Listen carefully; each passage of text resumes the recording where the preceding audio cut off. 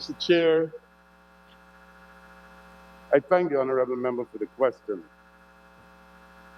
But I think, Mr. Chair, this is one thing that every one of us in this House as lawmakers should hold a common view on. Guyana must get value for money on any project that is implemented.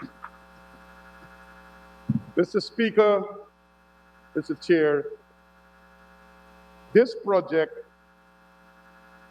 had its revised completion date 31st of December 2018. Original completion date was supposed to be since 2015. We are at September 2020, and we don't have this project completed as yet. Within the first 14 days of assuming office, myself and my colleague engaged the consultants, the contractor, the project engineer, and the CJIA officials themselves. And we did a thorough walkthrough and investigation of what really are the problems, why this airport is not complete. Last week, Friday night, I brought to this House's attention, sir, the massive reduction in the scope that was signed.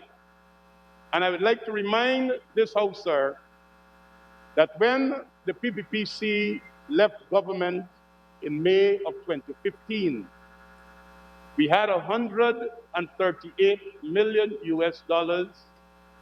design and build contract, a loan from the China Exim Bank, and $12 million to be provided from the government of Guyana, $150 million contract.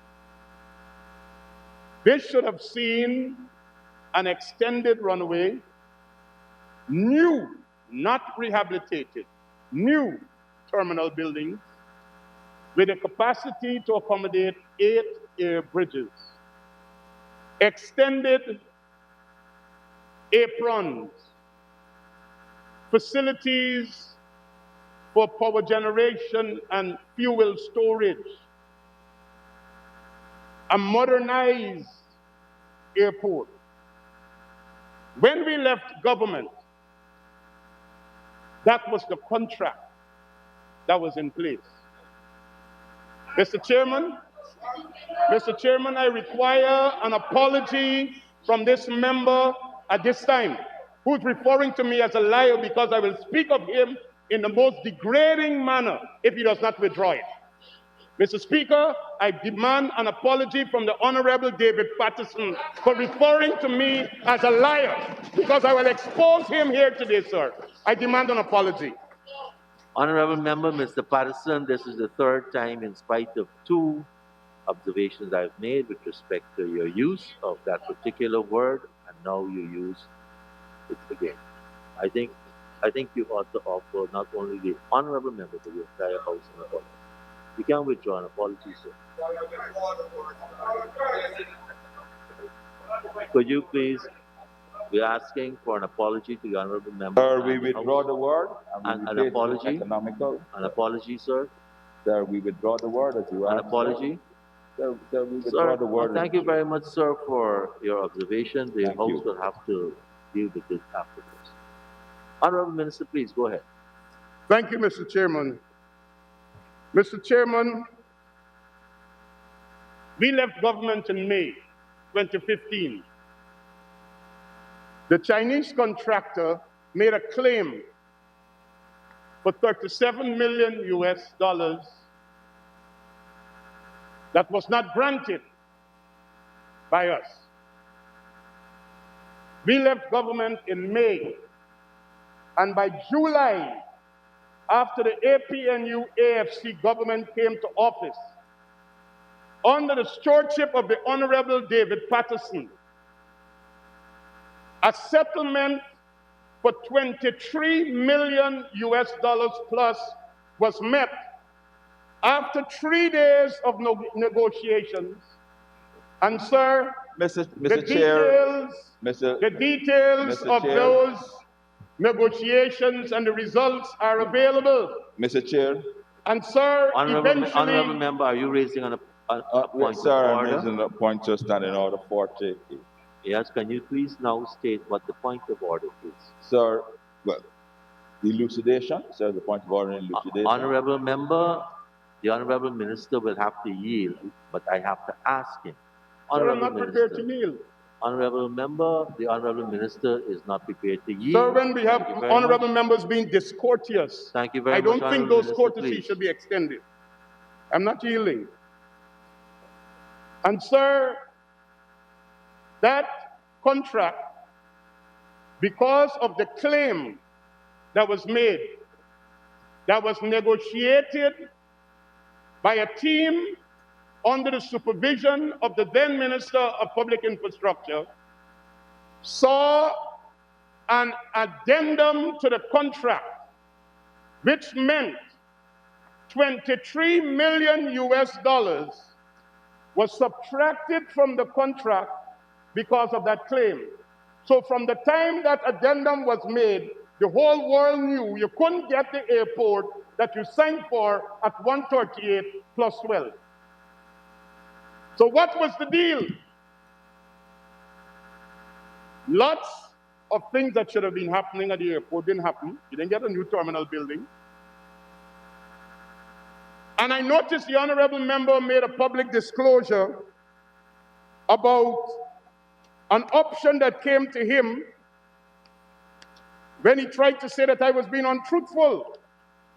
But Mr. Speaker, in that option that he met, did not allow for rehabilitated terminal. It required a new terminal to facilitate 7 air bridges. Mr. Speaker, Mr. Chairman, and in July, those negotiations were completed, and by October, we had a new amended contract. The state of affairs are that rather than having a modern airport, we had a rehabilitated airport.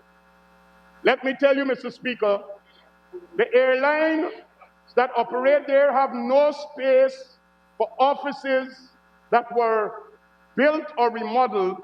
They are still operating in some old areas without proper facilities. The roof is leaking. Sir, there were a whole lot of reusing.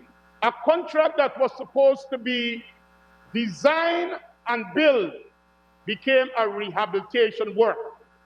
And this National Assembly is not only the first time that they are hearing about this project, because while we sat in opposition benches, we questioned the honorable member while he was the minister at meetings like these in the Committee of Supply.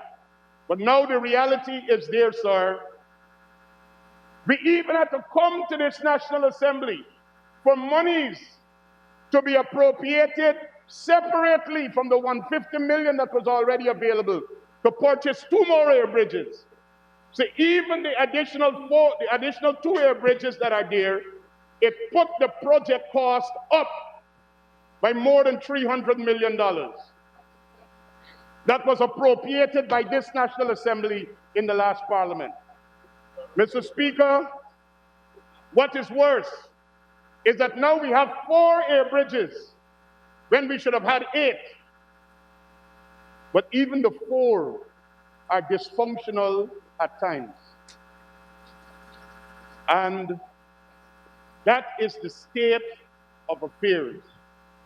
Mr. Speaker, just a few days ago, His Excellency the President and His Excellency the Ambassador of China visited the airport along with the project engineer, the contractor, and the consultant, where His Excellency had an opportunity to see firsthand for himself the state of affairs at the airport.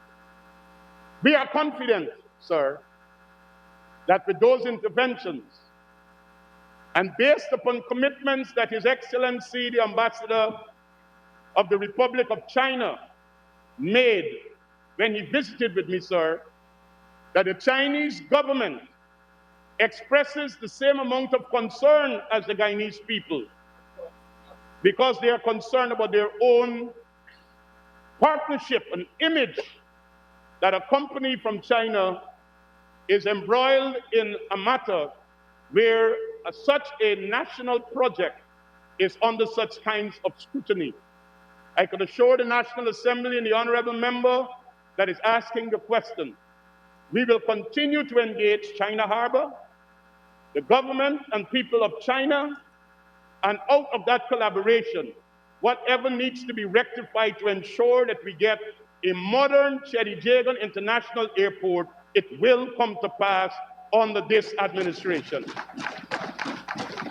Mr. Speaker, secondly, I indicated to this honorable House on Friday night when I closed the debate that based upon the estimates coming in from consultants that were engaged by the CJIA International Airport Corporation outside of the modernization project.